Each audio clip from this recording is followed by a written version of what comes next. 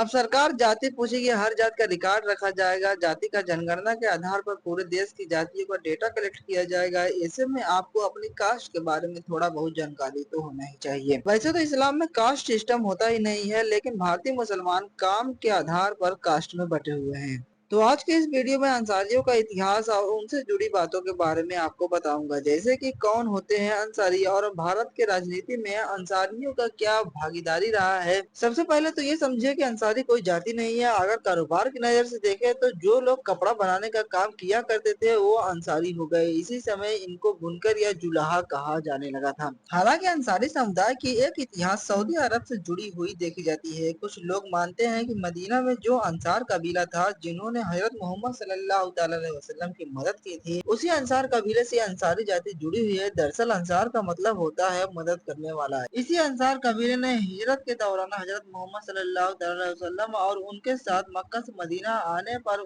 अगर वर्तमान में आप अपने गांव के बड़े बुजुर्गों से पूछोगे तो वो वाराणसी, आजमगढ़ और जौनपुर, गाजीपुर का कुछ हिस्सा और बलिया का कुछ हिस्सा, ये सब मिलाकर जो हिस्सा बनता है उसे खित्ताए अंसार कहा जाता है। अब ऐसी मान्यता है कि कुछ अंसार लोग सऊदी अरब से आकर इसी एरिया में बस गए थे और ये जो पूरा क्षेत्र था इसी वजह से खित्ताए अंसार कहा जाने लगा था। यहाँ के रहने वाले लोग इस खित्ते से अपने पहचान जताने के लिए अपने नाम के पीछे अंसारी लगाने लगे। फिर यही लोग कपड़े बनाने के काम में धीरे धीरे लग गए। हालांकि भारत के अंसारियों का उस अंसार कबीले से कोई संबंध है और ये जो कहानी बताई जाती है ये कितनी सच है इसके बारे में हमें कोई भी सबूत देखने को नहीं मिला। न ही इतिहास में ऐसा कोई सबूत मिला कि मदीने के लोग हिंदुस्तान में आए हो, क्योंकि हिंदुस्तान में सबसे पहले तुर्कियों का आगमन हुआ था। मदीने से उनका कोई लेना देना नहीं था। न ही अरब के लोग आए, वो भी सिर्फ सिंध तक आए थे और वहां से वापस लौट गए थे। हाँ, एक छोटा सा कनेक्शन हमें अपने बड़े बुजुर्गों से मिलता है कि अंसार कबीले की मदद से मोहम्मद सल्लल्लाहु अलैहि वसल्लम ने इस्लाम स्थापित किया था। इसीलिए जब भारत में बुनकरों ने इस्लाम कबूल किया तो उस समय के जो इस्लामिक जनरल हुआ करते थे तो उन्होंने सिर्फ उन्हें समझाने के लिए ये बात कही थी कि आप इस्लाम कबूल करके इसे आगे बढ़ाने का काम कर रहे हैं। इसीलिए आप भी वैसे ही है जैसे मदीना वाले अंसार मोहम्मद सल्लल्लाहु अलैहि वसल्लम के लिए थे। जैसे वो लोग इस्लाम को आगे बढ़ाने के लिए मोहम्मद साहब की मदद कर रहे थे, ठीक उसी तरह से आप भी भारत में इस्लाम बढ़ाने के लिए